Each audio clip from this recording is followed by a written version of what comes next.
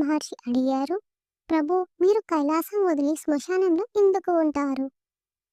అప్పుడు శివుడు నవ్వి చెప్పాడు, నారద, ఈ శ్మశానం పవిత్ర స్థలం.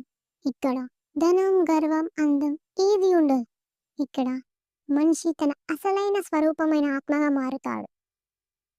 నేను భస్మం రాసుకుంటాను, ఎందుకంటే ప్రతి జీవి చివరికి భస్మమే అవుతారు. ఇది నాకు జీవిత తాత్కాలికం అని గుర్తు చేస్తుంది. నారదుడు నమస్కరిస్తూ చెప్పాడు, ప్రభు, ఇప్పుడు అర్థమైంది. మీరు శ్మశానంలో ఉంటారంటే మరణ భయం కాదు, అది మోక్షానికి ద్వారం. శివుడు నవ్వి అన్నాడు, ఎవరు జీవితం తాత్కాలికం, కానీ ఆత్మ శాశ్వతం. శివుడు మనకు నేర్పుతాడు, భయాన్ని వదిలి సత్యాన్ని అంగీకరించు.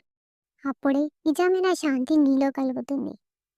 ఎవరు మరణాన్ని అంగీకరిస్తారో వారే జీవితం యొక్క నిజమైన అర్థాన్ని గ్రహిస్తారు.